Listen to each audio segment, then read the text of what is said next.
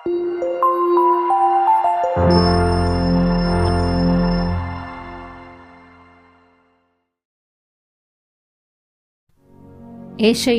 അധ്യായം 64. കർത്താവേ, ആകാശം പിളർന്ന് ഇറങ്ങി വരണമേ. അങ്ങയുടെ സാന്നിധ്യത്തിൽ പർവ്വതങ്ങൾ വിറകൊള്ളട്ടെ. അഗ്നിയാൽ വിറക് എരിയുകയും വെള്ളം തിളയ്ക്കുകയും ചെയ്യുന്നത് പോലെ അങ്ങയുടെ സാന്നിധ്യത്താൽ ജനതകൾ ഞെട്ടിവിറയ്ക്കട്ടെ.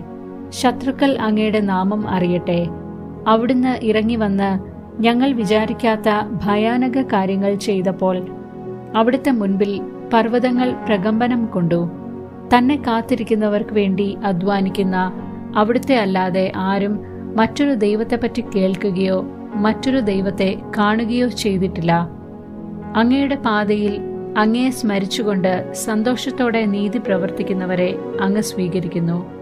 അങ്ങ് കോപിച്ചു, കാരണം ഞങ്ങൾ പാപം ചെയ്തു. വളരെ കാലം ഞങ്ങൾ തിന്മയിൽ വ്യാപരിച്ചു. ഞങ്ങൾക്ക് രക്ഷ കിട്ടുമോ? ഞങ്ങൾ അശുദ്ധനെ പോലെയും ഞങ്ങളുടെ സത്പ്രവർത്തികൾ മലിനവസ്ത്രം പോലെയുമാണ്. ഇല പോലെ ഞങ്ങൾ കൊഴിയുന്നു. കാറ്റെന്ന പോലെ ഞങ്ങളുടെ അകൃത്യങ്ങൾ ഞങ്ങളെ പറപ്പിച്ചു കളയുന്നു. അങ്ങയുടെ നാമം വിളിച്ചപേക്ഷിക്കുകയും അങ്ങയെ മുറുകെ പിടിക്കാൻ ഉത്സാഹിക്കുകയും ചെയ്യുന്നവൻ ആരുമില്ല. അങ്ങ് ഞങ്ങളിൽ നിന്ന് മുഖം മറച്ചിരിക്കുന്നു. ഞങ്ങളുടെ അകൃത്യങ്ങളുടെ പിടിയിലേക്ക് അങ്ങ് ഞങ്ങളെ വിട്ടുകളഞ്ഞിരിക്കുന്നു. എന്നാലും കർത്താവേ, അങ്ങ് ഞങ്ങളുടെ പിതാവാണ്. ഞങ്ങൾ കളിമണ്ണും അങ്ങ് കുശവനുമാണ്. ഞങ്ങൾ അങ്ങയുടെ കരവേലയാണ്. കർത്താവെ, അങ്ങ് അത്യധികം കോപിക്കരുതേ. ഞങ്ങളുടെ തിന്മകൾ എന്നേക്കും ഓർമ്മിക്കരുതേ. ഞങ്ങൾ അങ്ങയുടെ ജനമാണെന്ന് സ്മരിക്കണമേ. അങ്ങയുടെ വിശുദ്ധ നഗരങ്ങൾ വിജനമായിരിക്കുന്നു. സിയോൻ മരുഭൂമിയും ജെറുസലേം ശൂന്യവുമായിരിക്കുന്നു. ഞങ്ങളുടെ പിതാക്കന്മാർ അങ്ങയെ സ്തുതിച്ചിരുന്ന ഞങ്ങളുടെ വിശുദ്ധവും മനോഹരവുമായ ആലയം അഗ്നിക്കിരയായിരിക്കുന്നു. ഞങ്ങളുടെ രമ്യസ്ഥലങ്ങൾ നാശകൂമ്പാരങ്ങളായിരിക്കുന്നു. കർത്താവെ, ഇവയെല്ലാം കണ്ടിട്ടും അങ്ങ് അടങ്ങിയിരിക്കുമോ? നിശബ്ദത പാലിച്ചുകൊണ്ട് അങ്ങ് ഇനിയും ഞങ്ങളെ ദാരുണമായി പീഡിപ്പിക്കുമോ? അധ്യായം 65. ധിക്കാരികൾക്ക് ശിക്ഷ. എന്നോട് ആരായാത്തവർക്ക് ഉത്തരം നൽകാനും എന്നെ തേടാത്തവർക്ക് ദർശനമരുളാനും ഞാൻ തയ്യാറായിരുന്നു. എന്റെ നാമം വിളിച്ചപേക്ഷിക്കാത്ത ജനതയോട് ഇതാ ഞാൻ എന്ന് ഞാൻ പറഞ്ഞു. സ്വന്തം ആലോചനകളെ പിന്തുടർന്ന് വഴിതെറ്റി നടക്കുന്ന കലഹപ്രിയരായ ഒരു ജനത്തിനു നേരെ ദിവസം മുഴുവൻ ഞാൻ എന്റെ കൈകൾ വിരിച്ചു പിടിച്ചു. ഉദ്യാനങ്ങളിൽ ബലിയർപ്പിക്കുകയും ഇഷ്ടികകളിന്മേൽ ധൂപാർപ്പണം നടത്തുകയും ചെയ്തുകൊണ്ട് എന്റെ മുഖത്തു നോക്കി എപ്പോഴും എന്നെ പ്രകോപിപ്പിക്കുന്ന ഒരു ജനത്തിനു നേരെ തന്നെ. അവർ ശവകുടീരങ്ങളിൽ ഇരിക്കുന്നു, രഹസ്യസ്ഥലങ്ങളിൽ രാത്രി ചെലവഴിക്കുന്നു, പന്നിയിറച്ചി ഭക്ഷിക്കുന്നു, നിന്ദ്യമായവയുടെ സത്ത് പാനം ചെയ്യുന്നു. അവിടെ തന്നെ നിൽക്കുക, എന്റെ അടുക്കൽ വരരുത്, ഞാൻ വിശുദ്ധനാണ് എന്ന് അവർ പറയുന്നു. അവർ എന്റെ നാസികയിൽ പുകയാണ്, ദിവസം മുഴുവൻ എരിയുന്ന തീയാണ്. ഇതാ, എല്ലാറ്റിന്റെയും രേഖ എന്റെ മുൻപിലുണ്ട്. ഞാൻ നിശബ്ദനായിരിക്കുകയില്ല, പ്രതികാരം ചെയ്യും. അവരുടെയും അവരുടെ പിതാക്കന്മാരുടെയും തിന്മകൾക്ക് അവരുടെ മടിയിലേക്ക് തന്നെ ഞാൻ പ്രതികാരം ചൊരിയും. കർത്താവ് അരുളി ചെയ്യുന്നു. അവർ മലമുകളിൽ ധൂപമർപ്പിക്കുകയും കുന്നുകളിൽ എന്നെ നിന്ദിക്കുകയും ചെയ്തു. അവരുടെ പഴയ പ്രവൃത്തികൾക്കുള്ള ശിക്ഷ അവരുടെ മടിയിൽ തന്നെ ഞാൻ അളന്നു നൽകും. കർത്താവ് അരുളി ചെയ്യുന്നു. മുന്തിരിക്കുലയിൽ വീഞ്ഞ് കാണുമ്പോൾ അത് നശിപ്പിക്കരുത്, അതിൽ ഒരു വരമുണ്ട് എന്ന് പറയുന്നത് പോലെ എന്റെ ദാസർക്കു വേണ്ടി ഞാനും പ്രവർത്തിക്കും. അവരെ എല്ലാവരെയും ഞാൻ നശിപ്പിക്കുകയില്ല. യാക്കോബിൽ നിന്ന് സന്തതികളെയും യൂദായിൽ നിന്ന് എന്റെ മലകളുടെ അവകാശികളെയും ഞാൻ പുറപ്പെടുവിക്കും. എന്റെ തിരഞ്ഞെടുക്കപ്പെട്ടവർ അത് കൈവശപ്പെടുത്തും. എന്റെ ദാസർ അവിടെ വസിക്കും.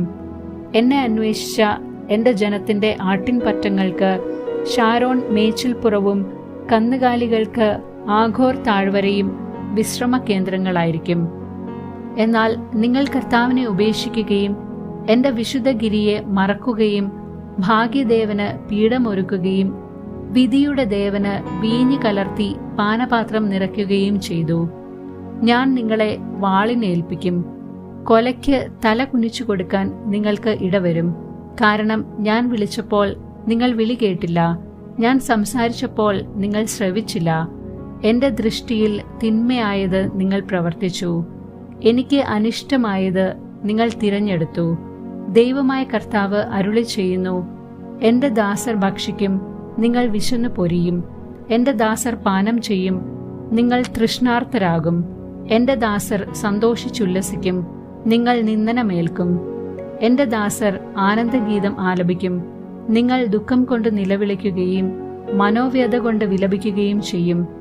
ഞാൻ തിരഞ്ഞെടുത്തവർ നിങ്ങളുടെ നാമം ശപിക്കാൻ ഉപയോഗിക്കും. ദൈവമായ കർത്താവ് നിങ്ങളെ വധിക്കും. തന്റെ ദാസർക്ക് അവിടുന്ന് മറ്റൊരു പേര് നൽകും. ഭൂമിയിൽ അനുഗ്രഹം യാചിക്കുന്നവൻ വിശ്വസ്തനായ ദൈവത്തിന്റെ നാമത്തിൽ അനുഗ്രഹിക്കപ്പെടാൻ ആഗ്രഹിക്കും. ശപഥം ചെയ്യുന്നവൻ വിശ്വസ്തനായ ദൈവത്തിന്റെ നാമത്തിൽ അത് ചെയ്യും. മുൻകാല ക്ലേശങ്ങൾ ഞാൻ മറന്നിരിക്കുന്നു, അവ എൻ്റെ ദൃഷ്ടിയിൽ നിന്ന് മറയ്ക്കപ്പെട്ടിരിക്കുന്നു. പുതിയ ആകാശവും പുതിയ ഭൂമിയും. ഇതാ, ഞാൻ ഒരു പുതിയ ആകാശവും പുതിയ ഭൂമിയും സൃഷ്ടിക്കുന്നു. പൂർവ്വകാര്യങ്ങൾ അനുസ്മരിക്കുകയോ അവ മനസ്സിൽ വരികയോ ഇല്ല. ഞാൻ സൃഷ്ടിക്കുന്നവയിൽ നിങ്ങൾ നിത്യം സന്തോഷിക്കുകയും ആനന്ദിക്കുകയും ചെയ്യുവിൻ. ജെറുസലേമിനെ ഒരു ആനന്ദമായും അവളുടെ ജനത്തെ ആഹ്ലാദമായും ഞാൻ സൃഷ്ടിക്കുന്നു. ജെറുസലേമിനെ കുറിച്ച് ഞാൻ ആനന്ദിക്കും, എൻ്റെ ജനത്തിൽ ഞാൻ സന്തോഷിക്കും. വിലാപസ്വരമോ കഠിനവേദനയുടെ നിലവിളിയോ ഇനി അവിടെ കേൾക്കുകയില്ല. ശിശുക്കളോ ആയുസ് തികയ്ക്കാത്ത വൃദ്ധരോ ഇനി അവിടെ മരിക്കുകയില്ല. 100-ാം വയസ്സിൽ മരിച്ചാൽ അത് ശിശുമരണമായി കണക്കാക്കും. 100 തികയുന്നതിന് മുൻപുള്ള മരണം ശാപലക്ഷണമായി പരിഗണിക്കും. അവർ ഭവനങ്ങൾ പണിത് വാസമുറപ്പിക്കും. മുന്തിരിത്തോട്ടങ്ങൾ വച്ചുപിടിപ്പിച്ച് അവയുടെ ഫലം ഭക്ഷിക്കും. അവർ പണിയുന്ന ഭവനങ്ങളിൽ അന്യർ വസിക്കുകയില്ല. അവർ നടുന്നതിന്റെ ഫലം അപരൻ ഭുജിക്കുകയില്ല. എന്റെ ജനത്തിന്റെ ആയുസ് വൃക്ഷത്തിന്റെ ആയുസ് പോലെയായിരിക്കും. എന്റെ തിരഞ്ഞെടുക്കപ്പെട്ടവർ ദീർഘകാലം തങ്ങളുടെ അധ്വാനത്തിന്റെ ഫലം അനുഭവിക്കും. അവരുടെ അധ്വാനം വൃഥാ ആവുകയില്ല. അവർക്ക് ജനിക്കുന്ന ശിശുക്കൾ അത്യാഹിതത്തിന് ഇരയാവുകയില്ല. അവർ കർത്താവിനാൽ അനുഗ്രഹിക്കപ്പെട്ടവരുടെ സന്തതികളായിരിക്കും. അവരുടെ സന്തതികളും അവരോടൊപ്പം അനുഗ്രഹീതരാകും. വിളിക്കും മുൻപേ ഞാൻ അവർക്ക് ഉത്തരമരുളും. പ്രാർത്ഥിച്ചു തീരും മുൻപേ ഞാൻ അത് കേൾക്കും. കർത്താവ് അരുളി ചെയ്യുന്നു, ചെന്നായും കുഞ്ഞാടും ഒരുമിച്ചു മേയും. സിംഹം കാളയെപ്പോലെ വൈക്കോൽ തിന്നും. പാമ്പിന്റെ ആഹാരം പൊടിയായിരിക്കും.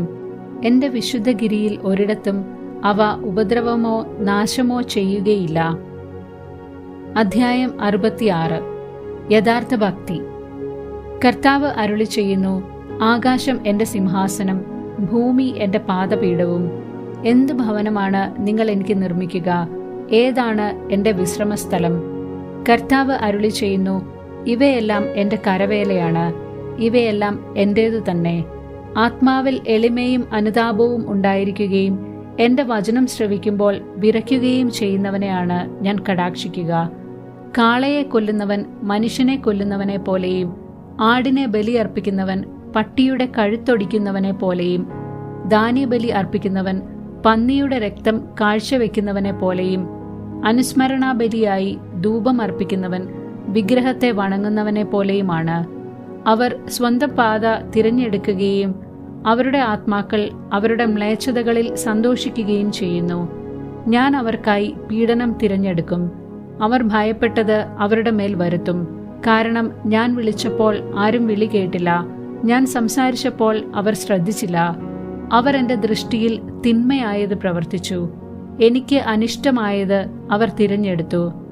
കർത്താവിന്റെ വചനം കേൾക്കുമ്പോൾ വിറയ്ക്കുന്നവരെ, അവിടുത്തെ വചനം കേൾക്കുവിൻ. എന്റെ നാമത്തെ പ്രതി നിങ്ങളെ ദ്വേഷിക്കുകയും പുറത്താക്കുകയും ചെയ്യുന്ന നിങ്ങളുടെ സഹോദരർ കർത്താവ് മഹത്വം പ്രകടിപ്പിക്കട്ടെ, നിങ്ങൾ സന്തോഷിക്കുന്നത് ഞങ്ങൾ കാണട്ടെ എന്ന് പരിഹസിച്ചു. എന്നാൽ അവർ തന്നെയാണ് ലജ്ജിതരാവുക. ഇതാ, നഗരത്തിൽ നിന്ന് ഒരു ശബ്ദകോലാഹലം, ദേവാലയത്തിൽ നിന്ന് ഒരു സ്വരം. ശത്രുക്കളോട് പ്രതികാരം ചെയ്യുന്ന കർത്താവിന്റെ സ്വരമാണത്. പുതിയ ജനം.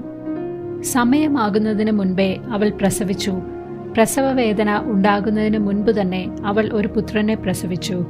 ആരെങ്കിലും ഇങ്ങനൊന്ന് കേട്ടിട്ടുണ്ടോ? കണ്ടിട്ടുണ്ടോ? ഒരു ദിവസം കൊണ്ട് ഒരു ദേശമുണ്ടാകുമോ?